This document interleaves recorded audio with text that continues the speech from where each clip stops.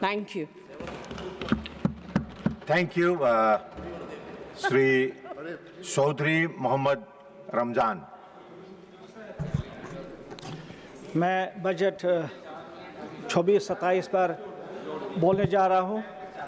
जब मैं ये सबसे पहले ये बताना चाहूँगा कि रियासत जम्मू कश्मीर वाहिद एक रियासत है सारे इस कंट्री में जहाँ का बजट दो जगह बनता है। एक बजट जो ऑनरेबल फाइनेंस मिनिस्टर साहब ने यहाँ पर दिया जिसमें यूटी का भी बजट था, और दूसरा बजट जो हमारी असेंबली बनाती है, और हमारी असेंबली ने अभी जो बजट वहाँ पर बनाया JNK में 1,27,767 रुपये का करोड़ का बजट था, जिसमें करीबन 80,000 करोड़ कैपिटल एक्सपेंडिचर थे। और पार्लियामेंट की तरफ से जो ये बजट अभी ऑनरेबल फाइनेंस मिनिस्टर साहब ने दिया यहाँ पर, वो करीबन 43,000 करोड़ का है। मैं पूछना चाहता हूँ यहाँ पर ऑनरेबल फाइनेंस मिनिस्टर से, जो बदकिस्मती से यहाँ पर है भी नहीं, इनसे ये पूछना चाहता हूँ, लास्ट ईयर भी हमारा ये जो यूटी का बजट था सेंट्रल गवर्नमेंट ने 43,000 करोड़ रखा था। क्या वजह है कि इस साल भी इसको उसी पर रखा गया, जबकि बाकी स्टेट्स में करीबन 12, 13, 14, 18, 19, 20% तक बढ़ा दिया है एलोकेशन। लेकिन रियासत जम्मू कश्मीर का जो बजट इस पार्लियामेंट से बना, जो फाइनेंस मिनिस्टर साहब ने दिया, वही रखा गया जो लास्ट ईयर था। हालांकि सब ये जानते हैं कि महंगाई ने आम लोगों का कमर तोड़ दिया है, कॉस्ट ऑफ लिविंग कितना हाई हो गया है, डॉलर का कीमत रुपए के मुकाबले में कितना बढ़ चुका है। और ये क्या नाम ऑनरेबल फाइनेंस मिनिस्टर से मैं यहाँ पर ये पूछना चाहूँगा, बल्कि रिक्वेस्ट भी करना चाहूँगा रियासत जम्मू कश्मीर के लोगों की तरफ से, कि ये जो इन्होंने ये 43,000 करोड़ का बजट रखा यूनियन टेरिटरी के लिए, जम्मू कश्मीर यूनियन टेरिटरी के लिए, तो इसको बढ़ा दें उनकी ज़रूरियात के मुताबिक, और जो स्टेप अप आपने दूसरे स्टेट्स में दिया है वही स्टेप अप हमें भी दे दीजिए।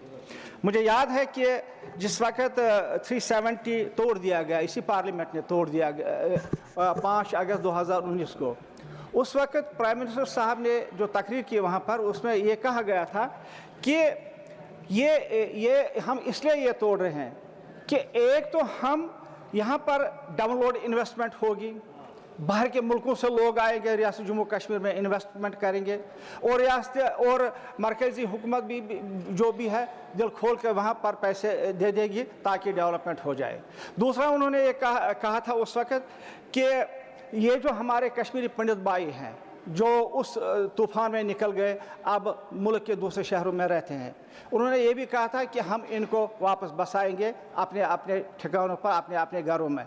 लेकिन क्या किया इस सरकार ने, उन्होंने उनकी जो एग्जाइल थी कश्मीरी पंडित्स की, उनको परमानेंट किया। कोई नहीं बसने गया उधर वापस जब से ये बीजेपी की सरकार आई है 2014 में। और इसी तरह तीसरी बात जो मैं यहाँ पर कहना चाहता हूँ, जो अनएम्प्लॉयमेंट के लिए ऑनरेबल प्राइम मिनिस्टर साहब ने कहा था कि हम 5 लाख नौकरियाँ दे देंगे, 1 लाख नौकरी हम out of the government sector दे देंगे और 4 लाख हम प्राइवेट सेक्टर में दे देंगे। कहाँ गई वो नौकरियाँ, कहाँ है वो नौकरियाँ जिसका वादा किया गया था। और इसके बाद ये भी कहा गया था 370 के तोड़ने के वक्त कि इससे रियासत में मिलिटेंसी ख़त्म होगी। मैं इस हवाले से पूछना चाहता हूँ, क्या वो मिलिटेंसी ख़त्म हो गई? अभी आपका लास्ट ईयर हुआ पहलगाम वाक़ा सबको मालूम हुआ। हमारे रियासत जम्मू कश्मीर के लोगों ने खून के आंसू बहाए जिस वक्त वो वाक़ा हुआ, और हमने कंडेम किया, रियासत जम्मू कश्मीर के लोगों ने कंडेम किया। रियासत जम्मू कश्मीर के लोग हर गली, हर कोचे, हर बाजार, हर शहर में निकले सड़कों पर और उस एग्ज़ाम को कंडेम किया। लेकिन मैं यहाँ पर ये पूछना चाहता हूँ कि क्या वो मिलिटेंसी ख़त्म हो गई? आपने तो मिलिटेंसी को उस हद तक तरह दे दी कि पाकिस्तान के साथ अभी आपने एक जंग भी लड़ी। तो मैं यहाँ पर ये दूसरी बात ये कहना चाहता हूँ, उस जंग के नतीजे में क्या हुआ, हर एक रियासत जम्मू कश्मीर के एक इंसान को अब सस्पिशन की नज़रों से देखा जाता है। मेरी गुजारिश होगी इस हाउस से, इस सेंट्रल गवर्नमेंट से कि जो सस्पिशन से आप रियासत जम्मू कश्मीर के लोगों को देखते हैं उसकी तरफ वो छोड़ दीजिए। हम रियासत जम्मू कश्मीर के लोग भी मुल्क के इतने ही सिटीजन हैं, वही हक रखते हैं जो जिस तरह बाकी मुल्क के लोग रखते हैं। और हमारा प्रेडोमिनेंटली हमारा कश्मीर का रीजन इसमें ज़्यादा से ज़्यादा मुतासर हुआ है। प्रेडोमिनेंटली आबादी भी जो है हमारी मुस्लिम आबादी है। हमारा मज़हब, हमारा कुरान कंडेम करता है वायलेंस को। हमारे कुरान में ये अल्लाह ताला फरमाता है कि कोई भी आदमी जो बेगुनाह इंसान का कत्ल करे वो इंसानों का कत्ल करता है। इन्नमा कतल नफ्सन बिगारी नफ्स इज़ फसाद फिल अर्द फकान्नमा कतल नास जमीअन वमन अहया फकान्नमा अहयल नास जमीआ।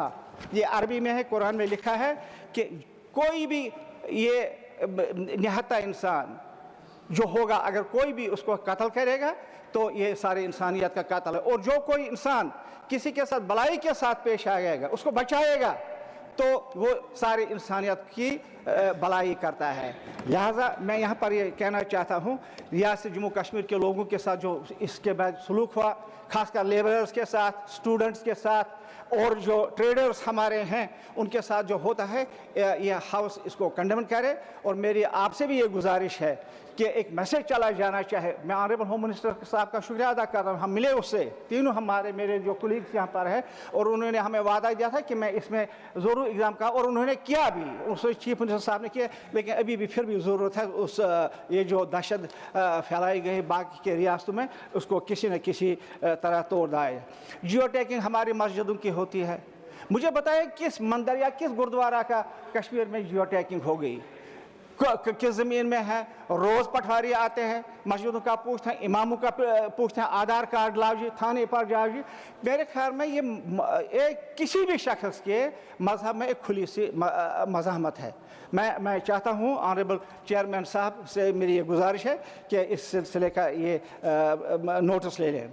तो दूसरी बात मैं यहाँ पर कहना चाहता हूँ, अभी आप सारी कंट्री के नज़रों में आया होगा, वैष्णो देवी यूनिवर्सिटी में एडवर्टाइज हुआ, नीट के तरफ से वहाँ पर ये MBBS स्टूडेंट्स की सिलेक्शन हो गई और नीट ने उनको क्वालिफाई करवाया। लेकिन इतना हंगामा उधर होगा तो यूनिवर्सिटी ही बंद हो गई, मेडिकल कॉलेज भी ख़त्म ही होगा। क्या ये ऐसा होना चाहिए? हालांकि कश्मीर के लोगों ने कभी नहीं यह कहा। अब लॉ यूनिवर्सिटी पर लड़ाई शुरू हो गई, लेकिन हमने कभी नहीं कहा IIT जम्मू में है, IIM जम्मू में है, एम्स जम्मू में है, हमने कभी ये नहीं कहा। ये कि हम चाहते, हम सोचते हैं, हम जानते हैं और मानते भी हैं कि जम्मू हो या कश्मीर हो एक ही जिस्म के दो हिस्से हैं। लिहाजा ऐसा नहीं होना चाहिए, इसको बंद किया जाना चाहिए। मैं आपसे ये गुजारिश करना चाहता हूँ, ये किस किस्म की डेमोक्रेसी है जिसकी तरफ हम इससे चलते हैं? मैं इसमें नज़र रखने की ज़रूरत है। दूसरी बात मैं जो यहाँ पर कहना चाहता हूँ वो ये है कि हमारे पावर प्रोजेक्ट्स हैं, हमारा पोटेंशियल जो है 22,000 करोड़ का है।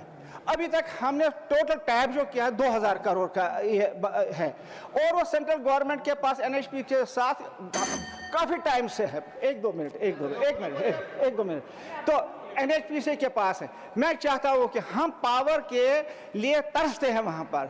क्या ये अच्छा होता है कि जो प्रोजेक्ट हमारे रिसोर्सेज अनटैप हो वो NHPC ले ले और वहाँ पर बिजली प्रोजेक्ट बनाए, लेकिन जो प्रोजेक्ट्स आपके पास पिछले साल हजार से पड़े हुए हैं आप हमें वापस कर लीजिए, हमारी रियासत का भी भला हो जाएगा। साथ साथ में टूरिज्म के बारे में वेरी इंपॉर्टेंट क्वेश्चन, हमारी पहचान अगर आप किसी को कहेंगे शहर श्रीनगर दारुल रियासत जम्मू कश्मीर का, शायद कोई नहीं पहचानेगा। लेकिन अगर आप डल की बात करेंगे या अगर आप वाइल्ड लाइफ सेंचुरी की वहाँ पर बात करेंगे कि सारी दुनिया के लोग जानते हैं कि ये किस हिस्से का है, हिंदुस्तान के किस हिस्से का ये है।